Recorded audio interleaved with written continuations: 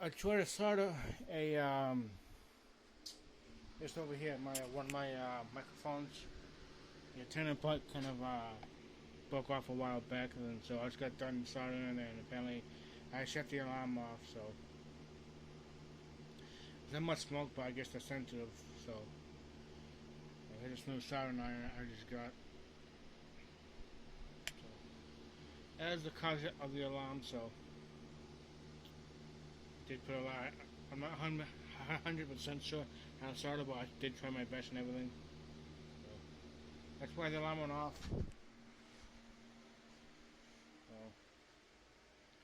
they started working this one. I'm still waiting for a fuse to come in to see if it's the right one, because I did buy some today with the wrong size, so obviously, but so I'm waiting till the detectors clear out and a fuel. So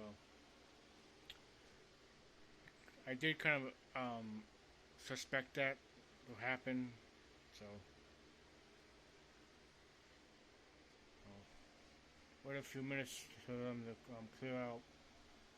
So, see ya.